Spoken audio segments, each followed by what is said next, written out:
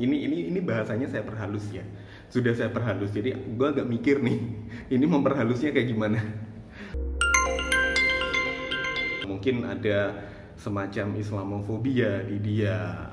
Walaupun kalau kita lihat dari posisinya saat itu, seharusnya statement itu tidak dilontarkan. Halo, apa kabar semua? Balik lagi bareng saya Dimas Prakoso, masih di Insight with Dimas Prakoso.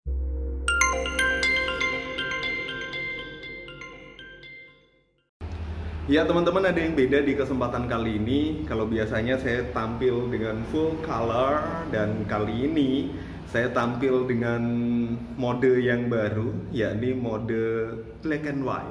Tampilan mode black and white ini bukan tanpa alasan, karena seperti kita ketahui bersama, beberapa waktu yang lalu kita, masyarakat dunia, sama-sama dikagetkan dengan salah satu tindakan rasis. Hal ini kemudian memantik semacam solidaritas global terkait dengan rasisme.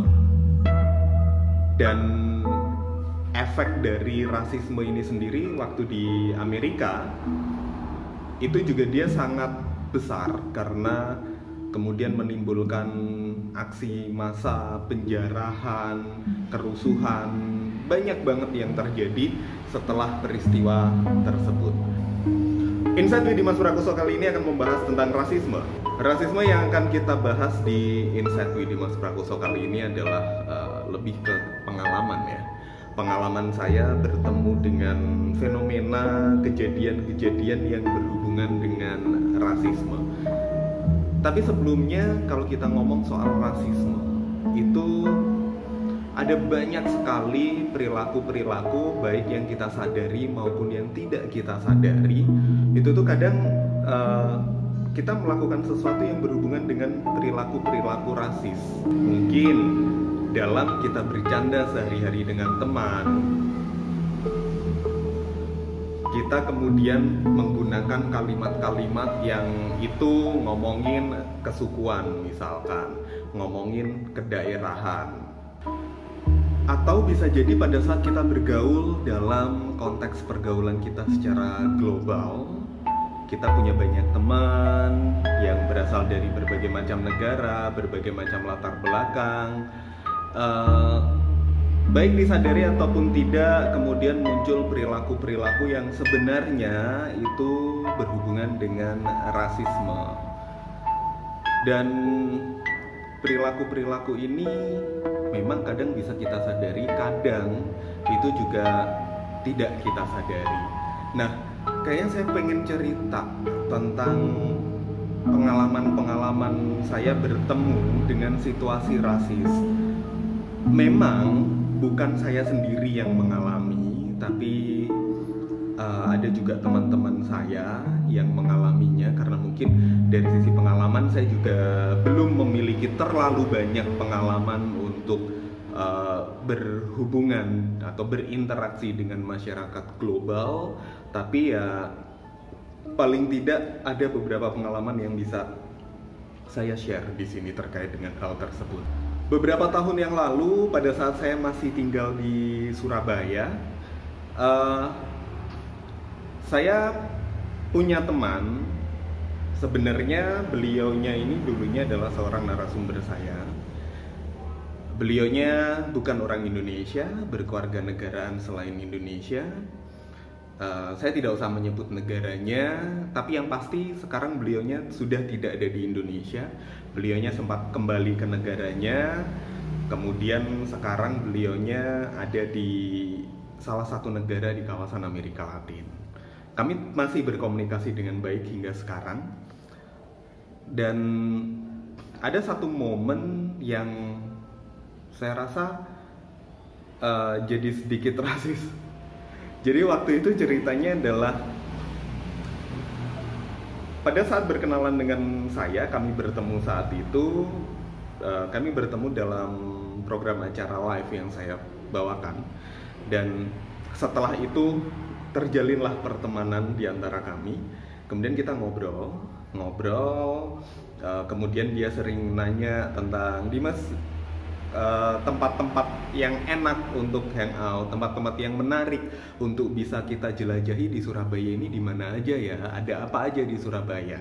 Dan sebagai local person, saya merasa sudah kewajiban saya untuk menunjukkan pada dia tentang tempat-tempat mana sih yang itu menarik untuk bisa dikunjungi oleh orang asing.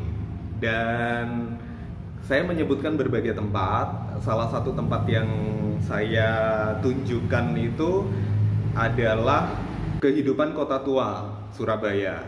Karena kalau kita ngomong Surabaya itu kan di kawasan utara, itu ada kawasan yang menjadi tempat-tempat peninggalan Belanda. Dan di sana ada banyak banget gedung yang ya kita bisa mempelajarinya, walaupun memang di sana untuk potensi wisata ini belum tergarap secara optimal ya. Saya menunjukkan itu just in case kalau misalkan dia ingin belusukan, ingin main ke sana just sightseeing kayak gitu, dia bisa untuk ke sana. Saya menunjukkan padanya itu kawasan Sunan Ampel, dan saya menjelaskan bagaimana dari sisi sejarah, kemudian saya juga menjelaskan pada dia pasar, bagaimana kehidupan Islam, bagaimana kehidupan hal-hal yang sangat religius di sana. Kenapa saya menunjukkan kawasan Sunan Ampel pada teman saya ini? Karena saya ada pengalaman beberapa orang teman saya yang dari luar negeri, seperti teman-teman baru yang saya temui di Jogja, kemudian dia bermain ke Surabaya dan saya ajak ke kawasan itu. Mereka cukup senang, mereka cukup amazed, oh ada ya ternyata di Surabaya kawasan sentra seperti ini. Saya pikir ini hanya akan saya temui di kawasan Middle East seperti Dubai, atau mungkin di Qatar, atau mungkin di negara-negara yang lain. Ternyata di Surabaya ada. Nah, itu yang membuat saya berani untuk merekomendasikan tempat ini, dan responnya itu sungguh mengagetkan untuk saya. Waktu itu responnya dia adalah, maaf, aku nggak suka sama tempat-tempat seperti itu karena aku rasa kehidupan yang berbau Middle East, berbau Islam itu nggak bagus, jelek.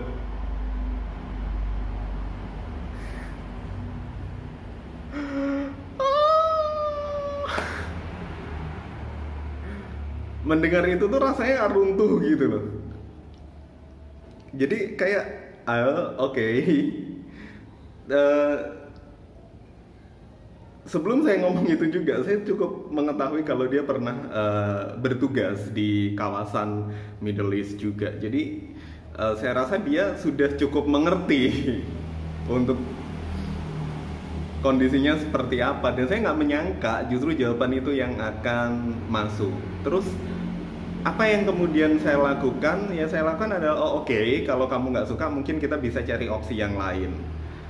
Karena gini, yang saya rasa pada saat kita berhadapan dengan orang dari bangsa lain, kondisi dia, latar belakang dia seperti apa, kayak gitu, kita juga harus paham situasi-situasi seperti itu, dan kita lebih ke toleran sambil kita nggak gampang panas lah ya. Kalau saya mau panas pada saat itu bisa saja saya langsung ini loh, berarti secara tidak langsung kamu menganggap saya adalah sebagai bagian dari orang-orang yang tidak menarik tersebut.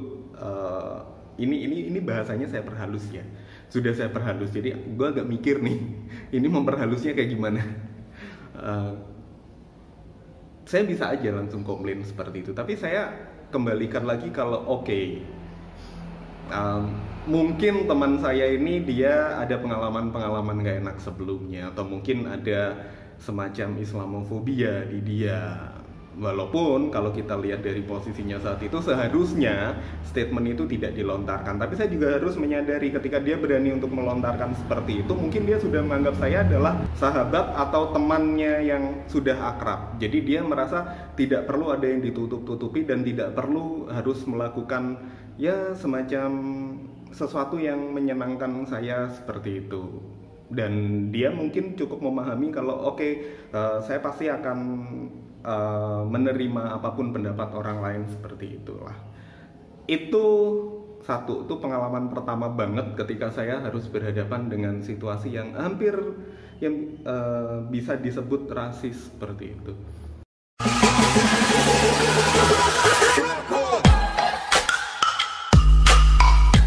Pengalaman saya yang lain itu justru banyak terjadi pada saat saya sedang mendapatkan kesempatan untuk short course di luar negeri.